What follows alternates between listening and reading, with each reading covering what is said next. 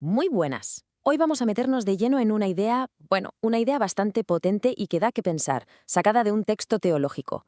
¿Y si el problema más gordo, el obstáculo final, no fuera hacer algo malo, sino simplemente no creer? Pues eso es lo que vamos a analizar hoy. Veremos cómo este documento define exactamente qué es la incredulidad, qué consecuencias dice que tiene y cuál es el antídoto que propone, la fe. A ver, parémonos a pensar en esto un segundo. ¿Qué se siente cuando nadie cree en lo que uno hace, en el talento que tiene? Y no solo eso, sino que te ignoran, no te tienen en cuenta, o peor, te miran por encima del hombro. Es un sentimiento muy, muy humano, ¿verdad? El del rechazo. Pues bien, es justo esta sensación la que el texto usa como gancho, como punto de partida para que entendamos cómo se podría ver la incredulidad desde una perspectiva, digamos, divina. Y partiendo de ahí, de esa emoción tan fuerte, el texto no se anda con chiquitas, ¿eh? Va directo al grano, a su idea principal. Y es una afirmación tremenda. La incredulidad no es un pecado más en la lista. No, la coloca como la raíz de todo lo demás. Y ¡boom! Ahí lo tenemos. La idea central del documento es, sinceramente, para quedarse de piedra. Sostiene que la incredulidad no es una simple duda, algo que le puede pasar a cualquiera. No, es el pecado definitivo. Y uno se pregunta, ¿por qué? Pues porque, según este análisis, se trata de un rechazo tan de raíz, tan fundamental, que es como si cerrara con llave la puerta al propio perdón. Claro, para sostener algo tan gordo, el texto echa mano de este versículo. Y aquí hay que fijarse bien, porque el juicio del que habla no se basa en una lista de cosas que se han hecho bien o mal, no. La línea que lo separa todo es una única cosa: creer o no creer. Así de simple y así de tajante. Según esta interpretación, esa es la decisión que lo cambia absolutamente todo.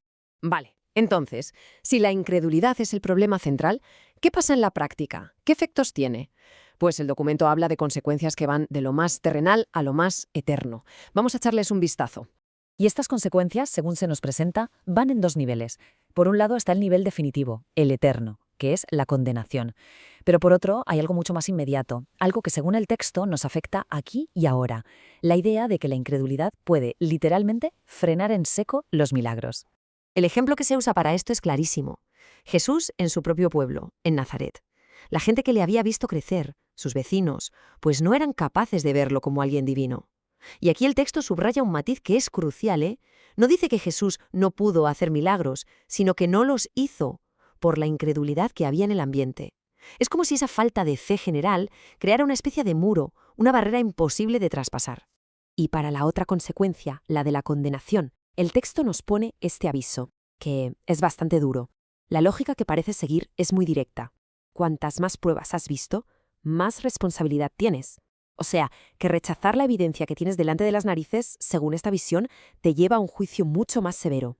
Y aquí es donde el análisis para mí se pone de verdad interesante, porque, a ver, uno esperaría que la incredulidad viniera de fuera, ¿no? De los escépticos, de los que no estaban en el ajo, pero no.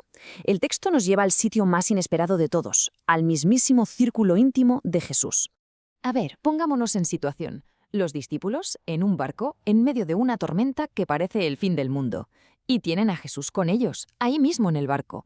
Y aún así están muertos de miedo. ¿Y qué les dice él? No les dice tranquilos que yo controlo, no.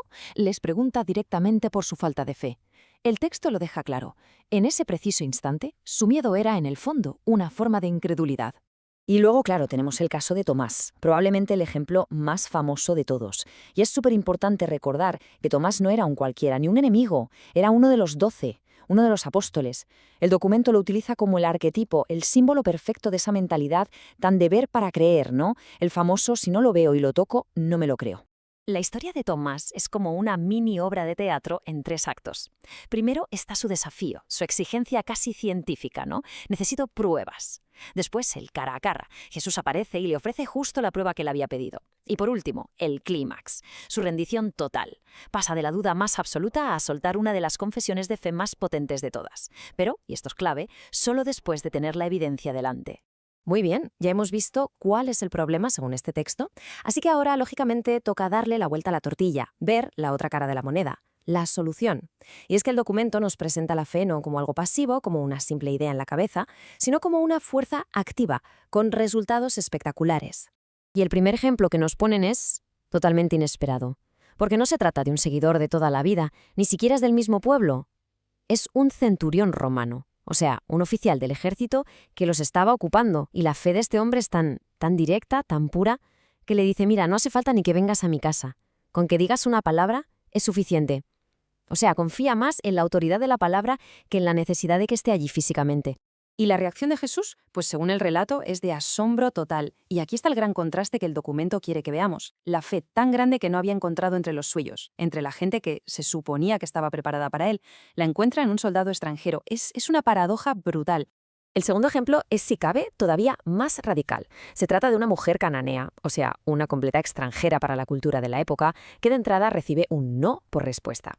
Pero en lugar de venirse abajo o de ofenderse, su reacción es de una humildad y una insistencia que son, asombrosas. El texto lo que quiere destacar aquí es esa fe que no se rinde, que sigue luchando incluso cuando parece que la rechazan.